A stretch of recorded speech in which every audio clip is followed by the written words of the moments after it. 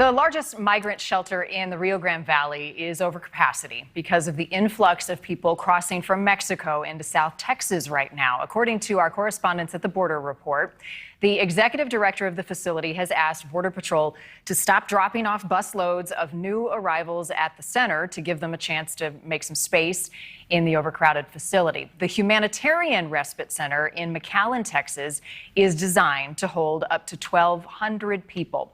NewsNation correspondent Sandra Sanchez with the Border Report is joining us live tonight. Sandra, has Border Patrol stopped taking migrants at this shelter? Thanks for having me. Border Patrol continues to drop off migrants today, despite Catholic Charities Director Sister Norma Pimentel yesterday shutting her doors and asking them not to send any more because she just couldn't handle any more migrants coming to the facility. Part of the reason we're located on this corner is because we're at the bus station where many of the migrants walk across to. I want to show you something.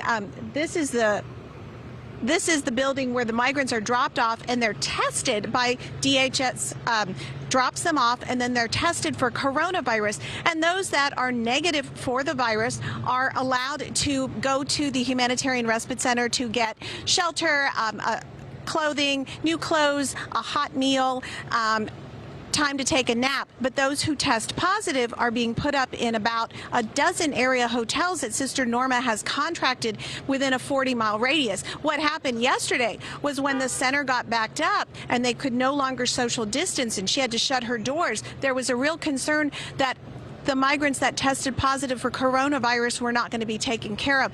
I did talk to Sister Norma today, and she assured me that everyone got to a safe isolation place. She was able to rally a number of agencies like the Salvation Army and some churches that were able to put up an overflow of about 400 people. But the city manager, Roy Rodriguez, told me that it's the worst situation he's ever seen, and it's the first time in 7 years this facility, which is sponsored by the city, actually had to shut its doors.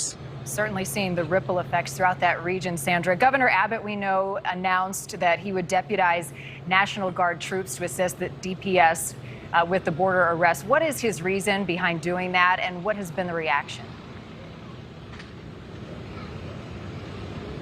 Right. The reaction has been swift. Migrant advocates do not in any way want the governor to allow National Guardsmen to assist in arrests. Local peace officers here, when they were asked last month by the governor to start arresting migrants, said, I don't have that kind of authority.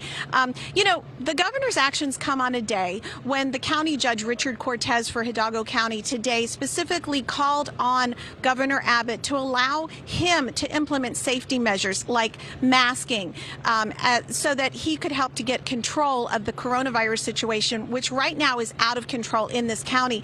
Yesterday, right here on this very corner, I saw 2 children loaded into ambulances. There are 15 pediatric patients that are in area hospitals for coronavirus right now. And he really wants to get a control of the situation. He's criticized the governor, and he has called on the Biden administration to stop dropping off migrants and to focus on the real situation here at the border. I also spoke to Congressman Henry Cuellar, who is vice chairman of the House Appropriations Subcommittee for Homeland Security. He said that today he called Secretary Alejandro Mayorkas and he asked him, would you stop sending migrants? And he told me this evening he has not gotten a response. Meanwhile, here in the city of McAllen, the city manager says what we don't want to see are migrants who have nowhere to go, who are on the street, sleeping on the street. That's what happened last night. There were a few dozen who were in that situation. Many of them kids, a situation out of control and COVID complicating it even more. Sandra Sanchez joining us from McAllen tonight. Sandra, as always, thank you.